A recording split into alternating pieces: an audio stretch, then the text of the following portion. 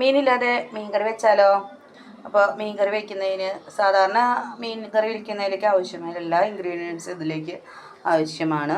മാങ്ങ, തക്കാളി, ഇഞ്ചി, വെളുത്തുള്ളി, പച്ചമുളക്, പിന്നെ വേപ്പില, പിന്നെ കുറച്ച് ഉലുവ, നാളികേരത്തിൻ്റെ കൂടെ നമ്മൾ കുറച്ച് പെരുംജീരകം അരച്ച് ചേർക്കും. പിന്നെ ഉള്ളി കാച്ചുക. നമുക്ക് മീൻ കറി വയ്ക്കാം. നമ്മളുണ്ടാക്കുന്നത് നാളികേരപ്പാലിലാണ്. അപ്പോൾ ഇത് ഒന്നാം പാൽ, ഇത് രണ്ടാം പാൽ. അതപ്പോൾ നമ്മൾ എണ്ണ ചൂടായപ്പോൾ നമ്മളതിലേക്ക് ഉലുവ ഇട്ടു. ഇനി ബാക്കിയുള്ള ഇൻഗ്രീഡിയൻസ് ചേർത്ത് ഇളക്കാം. അപ്പോൾ അതാണ് നമ്മതിലേക്ക് നമ്മൾ മഞ്ഞൾപ്പൊടിയും ഉപ്പും ചേർത്തിട്ടുണ്ട്. ഇപ്പോൾ ഇത് വാടിയിട്ടുണ്ട് കേട്ടോ. ഇതിലേക്ക് നമുക്ക് ആവശ്യമായിട്ടുള്ള മസാലകൾ ചേർക്കാം.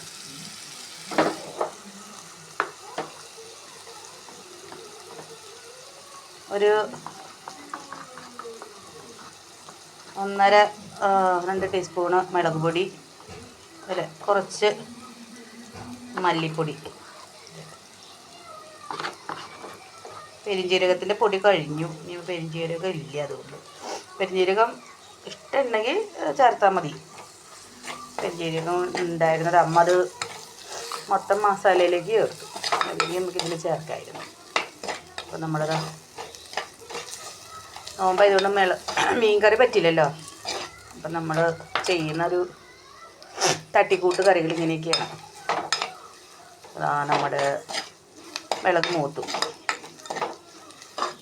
നമ്മുടെ ചിക്കനൊന്ന് മൂക്കണ പോലെ അത്രയ്ക്ക് മിളക് മൂക്കേണ്ട ആവശ്യമൊന്നുമില്ല. അത് മൂത്തിട്ടുണ്ട്. അതിലേക്ക് നമ്മൾ തക്കാളി അരിഞ്ഞ് വെച്ചേക്കുന്ന തക്കാളി ചേർക്കുക.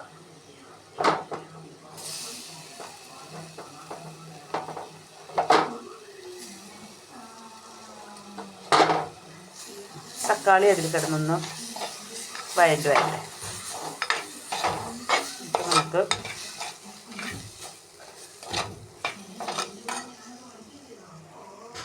അപ്പം നമ്മുടെ തക്കാളി നന്നായി വഴണ്ടി കിട്ടി. ഇനി അതിലേക്ക് നമ്മൾ നമ്മുടെ അരിച്ച് വെച്ചേക്കണ രണ്ടാം പാല് ചേർക്കുക.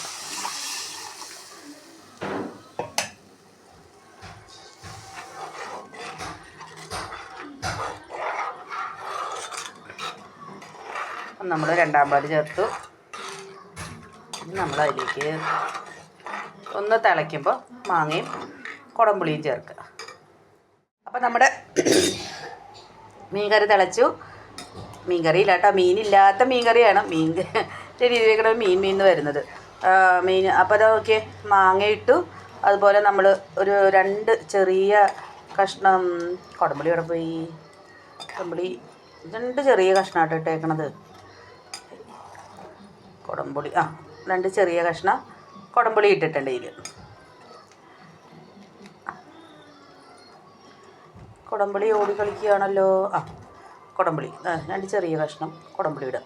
ഇനി ഇത് വെന്ത് കഴിയുമ്പോൾ നമുക്ക് താളിച്ച് കഴിഞ്ഞാൽ നമ്മുടെ മീനില്ലാത്ത മീൻ കറി റെഡിയാവും.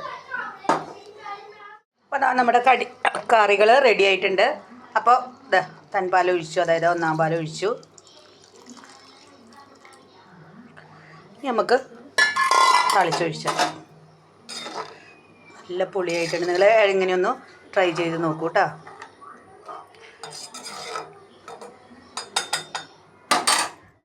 വൈകുന്നേരത്തേക്ക് നമുക്ക് ചായക്ക് നമുക്ക് സബോള വട ഉണ്ടാക്കാം.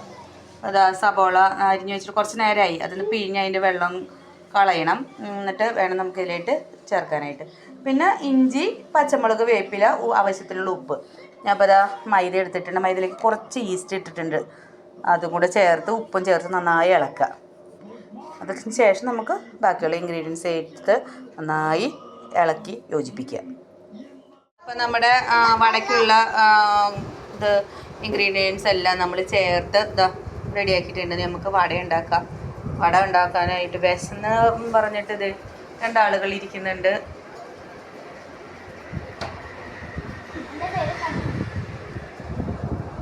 നമുക്ക് സബോള വട ഉണ്ടാക്കാം. നമ്മുടെ എണ്ണ ചൂടായിട്ടുണ്ട്. ഇപ്പോൾ നമുക്ക് വട ഓരോന്നായിട്ട് ഉണ്ടാക്കാം.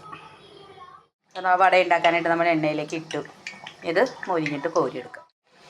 അപ്പോൾ നമ്മുടെ സബോള വട ആദ്യത്തെ ട്രിപ്പ് റെഡി ആയതാണ് കേട്ടോ. ഇത് ആദ്യത്തെ ട്രിപ്പിൽ മതിയപ്പോൾ ഇട്ടേക്കുന്നത്. ഒന്ന് രണ്ടാമത് ഇട്ടതാട്ടോ ഇത്.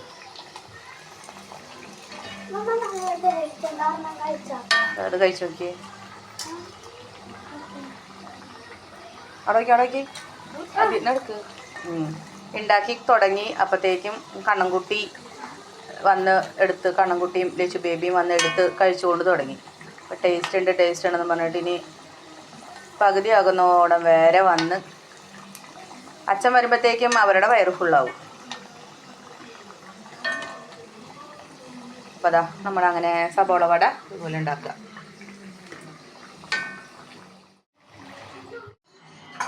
എങ്ങനെയുണ്ട് നമ്മുടെ ഉള്ളിവട? അപ്പോൾ നമ്മുടെ ഉള്ളിവട മുഴുവൻ ഉണ്ടാക്കി കഴിഞ്ഞു. ഞങ്ങൾ ചായ കുടിക്കാൻ പോവുകയാണ്. നിങ്ങൾ ഇതുപോലെ ഉണ്ടാക്കി നോക്കുക. എന്നിട്ട് ജുബിക്ക് ഇഷ്ടമായി. നിങ്ങൾ സപ്പോർട്ട് ചെയ്യുക, സബ്സ്ക്രൈബ് ചെയ്യുക, ലൈക്ക് ചെയ്യുക, ഷെയർ ചെയ്യുക, വീഡിയോ കാണുക. അപ്പോൾ ഇന്നത്തെ വിശേഷങ്ങൾ ഇതുവരെയേ ഉള്ളൂ. അപ്പോൾ നാളെ നമുക്ക് പുതിയ വിശേഷമായി വരുന്നവരേക്കും ബൈ ബൈ.